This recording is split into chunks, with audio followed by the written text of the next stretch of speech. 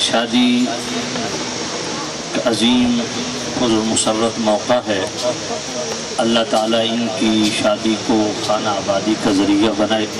اس کی تھوڑی آواز کھولنا، 2 بجے چونکہ دعا ہے تو میں 10-15 منٹوں میں چند گزارشات کرنا چاہوں گا۔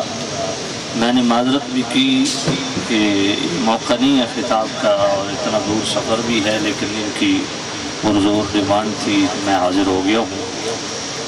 آپ سب حضرات کی خدمت میں عرض ہے کہ چند گزارشات پوری توجہ سے سماعت فرما لیں۔ سامعین عزیز شام، یہ بڑا عظیم رشتہ، جس رشتے میں عزیزم محمد اقبال صاحب جڑنے والے ہیں، تو یہ جوڑ میرے رب کو بھی بڑا پسند ہے۔ اللہ تعالیٰ ہم سب کی جوڑ اسی طرح جوڑے رکھے۔ دیکھیں قرآن مجید میں اللہ فرماتا ہے وَاللَّاتِي تَخَافُونَ نُشُوزَهُنَّ۔ میں اس جوڑ کے حوالہ سے اس کی اہمیت بیان کر رہا ہوں کہ اللہ تعالیٰ کو یہ جوڑا کتنا پسند ہے۔ وَاللَّاتِي تَخَافُونَ نُشُوزَهُنَّ، فرمایا جب عورت نشوز پہ اتر آئے، مرد کی برابری پہ اتر آئے، مرد کی مخالفت شروع کر دے، نافرمانی شروع کر دے، تو اس کو طلاق نہ دو۔ فَعِزُوهُنَّ، اس کو اچھی نصیحتیں کرو۔ کیوں؟ اس لیے کہ اللہ تعالیٰ یہی چاہتا ہے کہ یہ جوڑ جوڑا رہے۔ اگر نصیحت کام نہ کرے، وَاهْجُرُوهُنَّ فِي الْمَضَاجِعِ، یہ سورۃ النساء گھر جا کے آپ سورۃ النساء کو پڑھ لیں گے تو انشاءاللہ آپ کو سمجھ آ جائے گی۔ یہ آیت نمبر 34 اور 35 بطور خاص ہے اس موقع کے لیے۔ وَاهْجُرُوهُنَّ فِي الْمَضَاجِعِ، جب سمجھیں، سمجھانے کے آخری حد تک بھی آپ چلے جائیں اور سمجھنے سے معاملات حل نہ ہوں، تو پھر بھی اللہ تعالیٰ نے حکم دیا ہے کہ دوسرا سٹیپ ہے، دوسرا آپشن ہے آپ کے پاس۔ عورت سے سوشل بائیکاٹ، سوشل ڈسٹنس، اس کے بستر کو اپنے سے الگ کر دو۔ اگر اس دوری سے بھی معاملہ حل نہ ہو، بستر الگ کرنے سے بھی معاملہ حل نہ ہو، تو پھر بھی طلاق دینے کا آپشن نہ اپنایا جائے۔ پھر اللہ نے تیسرا آپشن دیا، وَاضْرِبُوهُنَّ۔ اگر سمجھانے سے عورت نہیں سمجھی، نافرمانی سے باز نہ آئے یا بستر الگ کرنے سے بھی باز نہ آئے، وَاضْرِبُوهُنَّ، اب تیسرا سٹیپ ہے کہ اس کو مارو۔ میں یہ قرآن پڑھ رہا ہوں اور مسلمان بن کے ذرا قرآن سنیے گا۔ لوگوں کو قرآن بھی آج کل بڑا تیکھا جو ہے نا وہ نظر آتا ہے، العیاذ باللہ، استغفر اللہ ثم استغفر اللہ، جس طرح سوشل میڈیا پہ ڈیبیٹ ہو رہی ہیں آپ جانتے ہیں۔ وَاضْرِبُوهُنَّ، یہ سورۃ النساء آیت نمبر 34 ہے۔ فرمایا سمجھانے سے نہ سمجھے، بستر الگ کرنے سے نہ سمجھے، تو پھر وَاضْرِبُوهُنَّ، تیسرا آپشن، پھر بھی طلاق نہیں دینی، کیونکہ اللہ کی مرضی یہی ہے کہ یہ جوڑ جوڑا رہے۔ وَاضْرِبُوهُنَّ، تیسرا سٹیپ کیا ہے؟ مارو۔ اور یہ مارنے کا حکم نہیں ہے بلکہ اجازت ہے۔ آپ اس آپشن کو اپنانا چاہیں تو آپ کی مرضی۔ اور پھر مار بھی کیسے ہے؟ ایک مار ہوتی ہے حدود کی مار، اس میں اللہ تعالیٰ نے حد بھی بتائی کتنا مارنا ہے، کس سے مارنا ہے۔ ایک ہوتی ہے مار اجازت کی، اس میں اعلیٰ نہیں بتایا کہ اس سے مارنا ہے، حد نہیں بتائی کہ اس سے مارنی ہے۔ تو ایک مار ہوتی ہے بطور سزا، ایک مار ہوتی ہے بطور اصلاح۔ تو یہ مار بطور اصلاح ہے، 3 ضربوں سے زیادہ نہیں مار سکتے، اور ضرب بھی ایسی نہیں مار سکتے جس سے جسم پہ نشان پڑ جائے۔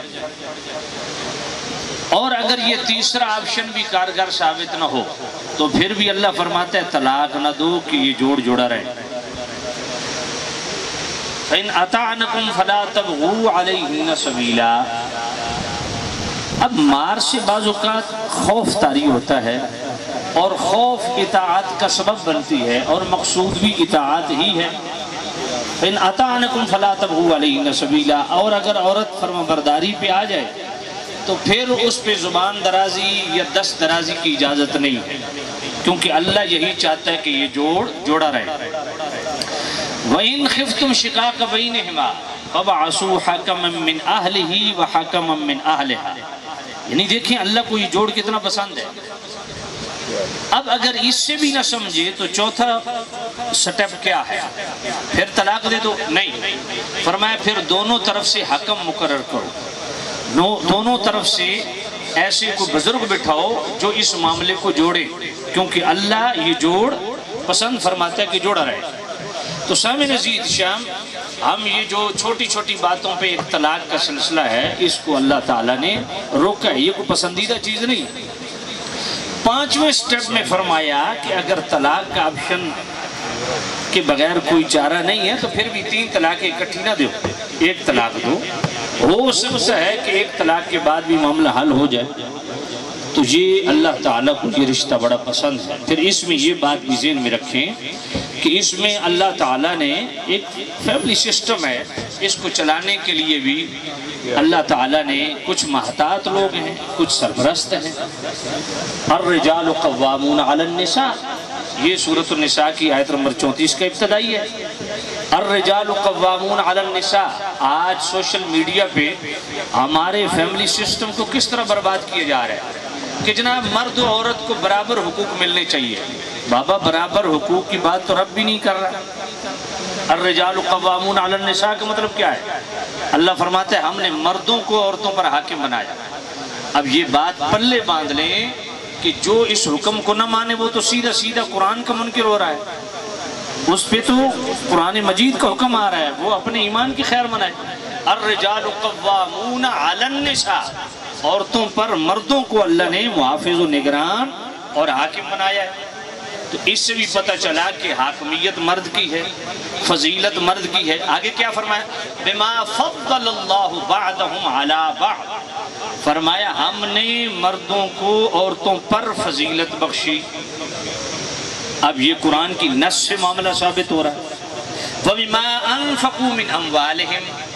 اب تیسرے حکم میں دیکھیں یہاں بھی مرد کی حاکمیت. فرمایا مرد کو ہم نے اس لیے حاکمیت بخشی، 2 صورتیں ہیں، ایک وہبی ہے ایک کسبی ہے. وہبی یہ ہے کہ اس میں کسب کا عمل دخل نہیں ہوتا. یعنی دیکھیں یہ وہبی وہ صورت ہے کہ اللہ نے انسان کو پیدا ہی نہیں کیا تھا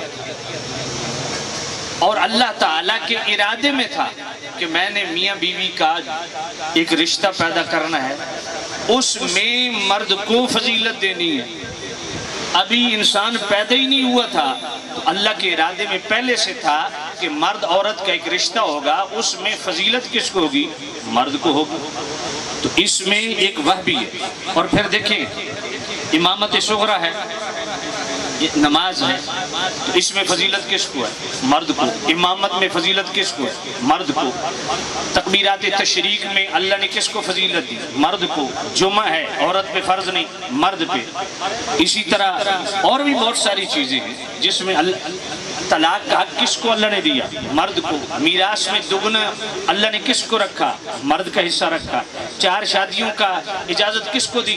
مرد کو اللہ نے دی. نسب کس سے چلے گا؟ مرد سے چلے گا. تو یہ ساری فضیلتیں وہ بھی ہیں، اس میں انسان کا کسب نہیں ہے. اور کسبی صورت میں بھی مرد کو فضیلت دی.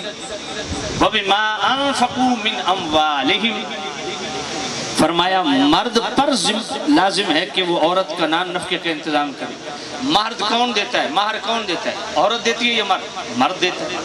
نان نفقے کا پابند عورت ہے یا مرد؟ مرد. بیت سکنا رہنے کے لیے مکان دینے کا پابند مرد ہے یا عورت؟ بولیے. مرد. رضاعت کا ذمہ کس کا ہے؟ عورت کا یا مرد کا؟ مرد کا. رضاعت کیا ہے؟ بچے کے لیے دودھ کا انتظام کر. اگر بیوی انکار کر دے میں دودھ نہیں پلاتی، مرد زبردستی نہیں پلوا سکتا. کیوں؟ کیونکہ بچے کے نان نفقے کا ذمہ دار مرد ہے. تو اس حوالے سے بھی فضیلت مرد کی. تو رضاعت کے بعد ہے خسانت. خسانت کیا ہے؟ بچوں کی پرورش. یہ مرد کی ذمہ ہے یا عورت کی ذمہ؟ مرد کی ذمہ. پھر خسانت کے بعد ہے سیانت، بچوں کی حفاظت. یہ کس کے ذمہ؟ مرد کی ذمہ. تو کتنی صورتیں ہیں. اور پھر خود آپ سورہ بقرہ کی آیت نمبر 228 پڑھیں. وَلِلرِّجَالِ عَلَيْهِنَّ دَرَجَةٌ. کلیئر کٹ فرمایا کہ ہم نے مردوں کو برتری دی عورتوں کو. تو کتنی چیزیں ہیں. آج میں تو حیران ہوتا ہوں آج وہ بازاری عورتیں جو میڈیا پہ بیٹھ کے سیدھا سیدھا کلیئر کٹ قرآن کے خلاف باتیں کر رہی ہوتی ہیں۔ او جی جس مرد کو عورت نے جنا وہ مرد کیسے افضل ہو سکتا ہے؟ تو بھائی اس پہ الزامی طور پہ آپ سوال کر سکتے ہیں کہ جس مرد کو جنا عورت نے، تو عورت کو کس نے جنا؟ کہا عورت نے، اس کی ماں نے۔ اس کی ماں کو کس نے جنا؟ اس کی ماں نے۔ اس کی ماں کو کس نے جنا؟ اس کی ماں نے۔ تو آخری ماں کون سی ہے؟ حضرت حوا۔ تو حضرت حوا کس کی کھوک سے پیدا ہوئی؟ حضرت آدم کی۔ تو پھر اصل کون ہوا؟ مرد۔ فرع کون ہے؟ عورت۔ بات پلے پڑ رہی ہے کہ نہیں پڑ رہی؟ تو یہ سارا قرآن ہے بھائی۔ تو سامعین عزیز شاہ، اللہ نے فرمایا ہم نے مرد کو فضیلت بخشی۔ الرجال قوامون میں بھی مرد کی فضیلت، بما فضل اللہ بعضهم علی بعض مرد کی فضیلت، وبما انفقوا من اموالهم مرد کی فضیلت۔ اور پھر فالصالحات قانتات، فرمایا اب اس میں دو چیزیں سمجھیے۔ اطاعت گزار عورت، اس کو اللہ نے صالحات کے ٹائٹل سے نوازا کہ نیک عورت کی نشانی کیا ہے؟ 100 رکعتیں نفل پڑھے؟ نہیں۔ روزانہ روزے نفلی رکھے؟ نہیں۔ نیک عورت کی نشانی کیا بیان کی؟ قانتات، وہ مرد کی تابعدار اطاعت گزار ہے۔ تو پتہ چلا نیک عورت وہ ہوتی ہے جو مرد کی اطاعت گزار ہوتی ہے۔ اور اطاعت یہ بھی نہیں ہے کہ مرد خلاف شرع کاموں کی اس کو حکم دے، نہ، اگر خلاف شرع کام کا حکم مرد دے تو مرد کی مخالفت کرنا عورت پر لازم ہے، اور شریعت کے موافق اگر شوہر حکم دے تو پھر عورت پر لازم ہے کہ مرد کی تابعداری کرے۔ فالصالحات قانتات، فرمایا تابعدار عورت، نیک عورت کون ہے؟ جو تابعدار ہے۔ حافظات للغیب بما حفظ اللہ، اور مرد کی عدم موجودگی میں اس کے سامان و مکان کی حفاظت کر۔ تو اس میں ساری برتری مرد کی بیان ہو رہی ہے۔ اور پھر عورت کے ذمہ کیا ہے؟ وَعَاشِرُوهُنَّ بِالْمَعْرُوفِ، یہ بھی ذرا ذہن میں رکھیں۔ اللہ نے جتنی بھی معروف معاشرے میں رائج طور طریقے ہیں، عاشر معاشرت سے ہے، معروف مشہور اچھے طریقے، اس آیت پاک میں اللہ تعالیٰ نے مرد کو حکم دیا کہ عورتوں کے ساتھ حسن سلوک اختیار کرو۔ حسن سلوک کا مطلب کیا ہے؟ کہ مرد بار تو جناب خوش گپیاں کرتا رہے، ہنسی مذاق کرتا رہے، گھر میں آ کے منہ چڑھا لے، تو یہ بالکل طور طریقہ ٹھیک نہیں۔ فرمایا معاشرے میں جتنے اچھے رائج معروف طریقے ہیں وہ گھر میں برتو، تخاطب و کلام ہے، نشست و برخاست ہے، چال چلن ہے، بول چال ہے، یہ سارے باہر کے اچھے کے طریقے گھر میں بھی برتو۔ باہر خوش اخلاقی سے لوگوں کے ساتھ پیش آتے ہو اور گھر میں بد اخلاق بن جاتے ہو، باہر خوش گپیاں لگاتے ہو، گھر میں آ کے جناب منہ چڑھا لیتے ہو، تو اس کی اجازت بھی نہیں ہے۔ وَعَاشِرُوهُنَّ بِالْمَعْرُوفِ، ہر وہ معاشرے کا اچھا رائج طریقہ وہ گھر میں برتنے کا رب نے حکم دیا۔ اب دیکھیں حضرت فاروق اعظم کس سٹیٹس کی ہستی ہے، لیکن گھر میں کتنا اچھا برتا ہوا ہے۔ ایک شخص آپ کو اپنی بیوی کی شکایت لگانے آیا تو دیکھا کہ آپ کی بیوی اب حضرت عمر سے اونچے انداز میں بات کر رہی ہے، سخت لہجے میں بات کر رہی ہے، تو وہ واپس جانے لگا۔ حضرت عمر باہر آ گئے، آپ نے فرمایا کدھر آئے تھے؟ کہا حضرت میں تو اپنی بیوی کی شکایت لگانے آیا تھا، یہاں معاملہ تو الٹ ہے۔ تو فرمایا دیکھو میری بیوی ہے، کیا اس پر ضروری ہے میرے کپڑے دھونا؟ کہا نہیں۔ کہا میں اپنے کپڑے دھونے کا پابند ہوں، اس کے باوجود وہ میرے کپڑے دھوتی ہے۔ کیا میری بیوی پابند ہے مجھے کھانا بنا کے دینے کی؟ کہا نہیں۔ کہا اپنے کھانے کا انتظام میں کرنے کا خود پابند ہوں، اگر بیوی انکار کر دے تو میں زبردستی نہیں پکوا سکتا، اس کے باوجود وہ میرا کھانا پکاتی ہے۔ میرے بچوں کو دودھ پلانا اس پر لازم ہے؟ کہا نہیں۔ کہا اس کے باوجود وہ میرے بچوں کو دودھ پلاتی ہے۔ میں گھر میں نہیں ہوتا، میرے بچوں کی حفاظت کرتی ہے۔ کہا اس پہ وہ ذمہ دار نہیں ہے، اگر وہ کہے کہ اس کی میں نے اجرت لینی ہے تو میں اجرت دے کے بھی پابند ہوں کہ بچوں کی حفاظت اس کے ذریعے سے کرواؤں، لیکن وہ یہ سارے کام کرتی ہے جس کا شریعت نے پابند نہیں کیا، تو پھر کم از کم مجھے بھی اس کا خیال رکھنا چاہیے۔ جی تو سامعین عزیز شاہ، اس پہ بہت سارے واقعات تفسیر نعیمی کے اندر علامہ احمد یار خان نعیمی رحمۃ اللہ نے لکھے ہیں، لیکن چونکہ وقت نہیں ہے، دعا کا وقت ہو گیا ہے، میں اسی پہ اکتفا کروں گا اور ہم سب دعا کریں گے اللہ تعالی ہمارے گھروں کی ازدواجی زندگی میں خیر و برکت نصیب فرمائے، اور ہمارے عزیز محمد